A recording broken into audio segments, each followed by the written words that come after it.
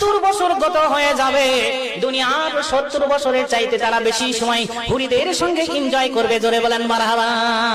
নেচে নিচে হেলে দুলে গাইবে কত গান, এমন সুরে গাইবে যাহা শোনে নাই কোনো কান। নামাজ রোজা নাই কোষে তাই নাই গো কোনো দিন, শুধু কেবল খানা পিনা প্রেম প্রীতির চিন। হুরে প্রেমে মুগ্ধ তখন হবে মুমিন যত, হুরে প্রেমে মুগ্ধ তখন হবে মুমিন যত, এক এক মিলনে হবে 70 বছর গত। এই ভাত মাছ খাইলে গ্যাস ফর্ম করে, গ্যাস্ট্রিক হয়, পেট খারাপ হয়, বদহজম হয়। কিন্তু এই হুরে সেবা নিলে তো কোনো বদহজম হইব না, পেট খারাপ হইব না, কোনো কিছু নাই, আছে নাই তো।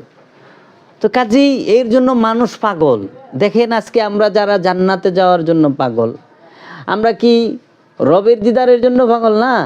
এই যে আমরা যে ওয়াজ নসিহত আলোচনাগুলো শুনি, আমরা সর্বোচ্চ শুনি খালি জান্নাতে খাবারের আর আমাদের যে নসিবে হুর আসবে 70টা সেই সেবা। তাইলে লাস্টের স্টেজটা তো এই যায় যৌনতাই দেখা যাচ্ছে। হ্যাঁ, ওটা তো যৌনতা কম যাবো না, ওটা একটু সহিশুদ্ধ ভাবে কইতে হইব। ওটা যৌনতা মিলন, মহামিলন, সঙ্গম, কিংবা আরও শুদ্ধভাবে আমার জানা নাই কেমনে কয়। তো সেইটা বছরকে বছর থাকবেন, কোনো প্রবলেম হইব না। তো এটা তো একটা অত্যাচারের মতো আমার কাছে লাগে, যে একটা কর্ম সারাদিন ভরা যদি করে, সারাদিন যদি আপনার কেউ খাইবার দেয়, এটা খাওয়ানো হইব না, আপনার লাজাব হইব। তখন সারাদিন যদি একজনের তুই খালি সারাদিন সালাম দিবি, আসসালামু আলাইকুম, আসসালাম, যারা দিবি তারে চালান, এইটাও তো একটা শাস্তি। সুখ কোনটা? এই যে আইসি সন্ধ্যা থেকে ওখানে এই যে বায়ে জাফরান্দা একটা চা বানায় দিল, এটা দেখা ভালো লাগলো, বা একটা স্পেশাল কিছু খাওয়াইলো, এটা খাইলাম, এটা একটা শান্তি। যে হ্যাঁ স্বাদ পেলাম। ওখানে যদি হ্যাঁ সকাল থেকে এই সন্ধ্যা রাত সারা রাত দিন সমানে জাফরানের চা খাওয়ায়, এটা তো মেহমানদার, এটা গজব হয়ে যাবো গা, গজব হইব না? ওই একটা গল্প শুনছিলাম যে আইলা না পুত্রা মোলার দিনে, তো এইরকম হয়ে যাবো গা। তো কাজেই আমাদেরকে বাকি কেন দেখায়? বাকি দেখায় এর জন্য যে নগদ যদি বলে তাইলে অলি আল্লাহ আসে, তাইলেই রেসালাত আইসা পড়ে, রসুল আইসা পড়ে। যদি নগদের কথা বলে তাহলে আহলে বায়েত আসবে, আওলাদে রসুল আসবে, পাক পাঞ্জাতন, 12 ইমাম, 14 মাসুম, পৃথিবীর সমস্ত অলি আল্লাহগণ আসবে, এবং বায়াত প্রথা থাকতেই হবে। কারণ নগদের স্বাদ পাইতে হইলে অবশ্যই আওলাদে রসুল, পাক পাঞ্জাতন, আহলে বায়েত, অলি আল্লাহদের শরণাপন্ন হইতেই হবে।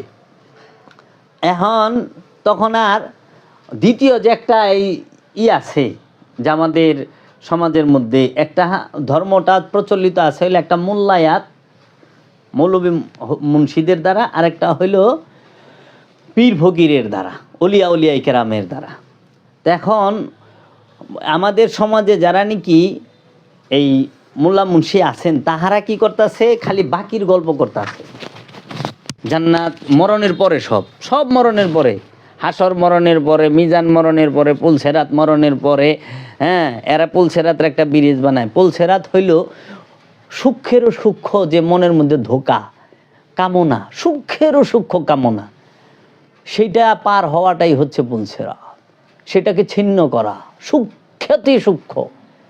আমি যাবে চাচ্ছি এই কিশোরগঞ্জে আইসা আপনাদের সবার কাছে ভূষী প্রশংসা, আমার গলায় 20টা মালা পড়ুক, সবাই আমাকে নিয়ে ধন্য ধন্য করুক, এই এলাকার মানুষ আমারে সবাই চিনুক, দেখা বলুক আহ দেহ কি লুকাইছে, কি চেহারা, কি তার ভাষণ, কি মানে প্রশংসা।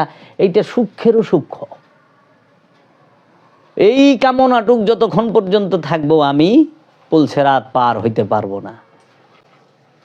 পুলসেরাত মানে কি? গুরু নানকের পীর বাবা বাহালুল দানা বলছেন, এবং অলি আল্লাহরা বাবা শাহ সুফি সদরুদ্দিন আহমদ চিশতি বলছেন, আমার দয়াল মুর্শিদ কেবলায় আলম বলছেন যে বাবা পুলসেরাত হচ্ছে তোমার অন্তরের মধ্যে সূক্ষ্মেরও সূক্ষ্ম যে কামনাটা, সেইটাই। এই সূক্ষ্মেরও সূক্ষ্ম কামনাটাকে ছিন্ন করো। এই সূক্ষ্মেরও সূক্ষ্ম কামনাটাকে ছিন্ন করো। আপনারা খান, আমি একটু ঠান্ডা হইলে খান। সূক্ষ্মেরও সূক্ষ্ম পর্দাটাকে ছিন্ন করো। অনেহারা বানাই দিছে পদ্মা সেতুর মতো, মনে হয় একটা ব্রিজ থাকবে জাহান্নামের উপরে, পুলসেরাতের ব্রিজ, দৌড়ায় ভার হয়ে যাবেন। হীরাত থেকে ধারালো চুলের থেকে চিকুন, সেটা কি? সূক্ষ্ম কামনা, যেটাকে ধরাই মুশকিল। ওই ব্যাখ্যা তো আমরা পাইছি যে ওই ফুলছে তো ফুলটা এলো এরকম চিকন। না, এটা তো সত্য হ্যাঁ যে চুলের থেকেও চিকুন, হেরার থেকে দাঁড়ালো, সেটা কি? আমার সূক্ষ্ম কামনা বাসনা, সূক্ষ্মেরও সূক্ষ্ম কামনা বাসনা, সেইটা ব্যাখ্যার পার্থক্য এই জায়গায়। যার ধারে শত শত মানুষ, শত শত জীব মরতে পারে, এত ধারালো। দেখেন না শক্তির পূজা যারা করে, ক্ষমতার জন্য তারা কি না করে, একটা দেশ ধ্বংস করে দিল। সম্পদের পূজা যারা করে, সম্পদ লুইটা মানবাধিকার প্রতিষ্ঠার লেগে কামানলে এখন লাগে। মানবাধিকার প্রতিষ্ঠার লেগে তুই ঈসা পাঠাইবেন, মুসা পাঠাইবেন, তাই না? মাওলা আলীরে পাঠাবেন, মাওলা হাসান হুসাইনরে পাঠাইবেন, খাজা গরিবে নওয়াজরে পাঠাবেন, বড় পীরেরে পাঠাইবেন, তাই না? আর আপনারা মানবাধিকার প্রতিষ্ঠার লেগে দিয়ে মিজাইল পাঠান। মিজাইল তো মানবাধিকার প্রতিষ্ঠা হয়, কারণ মিজাইল নিজেও তো জানে না হ্যাঁ ফাটলে কতটি মরবো। ভালোও তো মরতে পারে, মরে না ভালো? এক খারাপ মারবার গেছেন, বোম মারছেন, 20টা ভালো মরে গেছে, খারাপটা মরেই নেই। শিশু বিদ্যুৎ মোটর বেশি। সমস্যা হচ্ছে যে আমরা এই যে আগের কোরআনের তো মানে বঙ্গ অনুবাদ যেগুলো পাইছি, জি এইগুলো শুনে একটু সঠিক অর্থ পাইনি।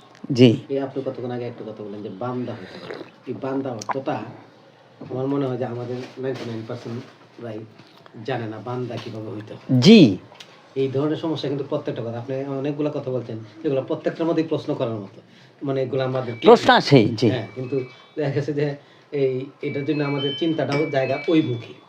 এখন বান্দার কথা যদি আপনি বলি, এই যে খুব সুন্দর একটা করছে যে বান্দা, বান্দা মানে কি? বান্দার আরবি হইল ইবাদ। আব্দুল্লাহ ইবাদ, আব্দুল্লাহ মানে আল্লাহর বান্দা, ইবাদ মানে বান্দা। বান্দার সঠিক এটা হইল দাস, বাংলায় দাস। অনেক দাস কি? দাস কারে কয়? আপনার বাড়িতে যে কাম করে সে কি দাস? সে তো আপনার কর্মচারী, চাকর, কর্মচারী, বেতন নেয় মাস শেষে। যে দাস হ্যাঁ বেতন নিবে না। দাস মানে কি? যে দাসের ভরণ পোষণ যাবতীয় যাহা কিছু আছে সব মালিক বহন করবে, এবং দাসের উপরে মালিকের সমস্ত কর্তৃত্ব থাকবে। মানে আপনার বাড়িতে যে, আপনার দোকানে, আপনার ফ্যাক্টরিতে, আপনার কোম্পানিতে যে চাকরি করে, হ্যাঁ সমস্ত কিছুর উপর আপনার অধিকার আছে না? হ্যাঁ এনি টাইম চাকরি ছেড়ে দিয়ে যায় পারেগা, আর আপনারই তো গ্যারান্টি নেই হ্যাঁ আপনার ফালাইতে যাবো গা। আর দাস কখনো ফালাইতে যাবো না। দাস কি? সে চিরকাল তার আজ্ঞাবহ। এর জন্য ওই যারা কয় আমরা আল্লাহর দাস, আপনার আল্লাহর দাস। আল্লাহর দাস যদি অহেন মানুষের কাছে টাকা ছানকে, বাসে, লঞ্চে, ট্রেনে, বিমানে, কোন হানে নাই, কবরে যাওয়ান বাকি খালি। রাস্তা পাইলেও হুনও ঢুকবো, কোনো জায়গায় বাদ আছে, ফ্লাইওভারও দেখি কালকে আজকে আইতের সময় দিয়ে রিসিভ বুকলে খাড়া রয়েছে। এই যে গাজীপুরে জামে পড়ছে গাড়ি, দেখছেন না 4-5 জন রিসিভ বুকলে আমাকে ফ্লাইওভারও আয় পড়ছে আছে। হ্যাঁ, তো এমন কোনো জায়গা নাই যে যায় নাই। কিন্তু দাস সে কই চাইব? সে চাইব তার মনিবের কাছে।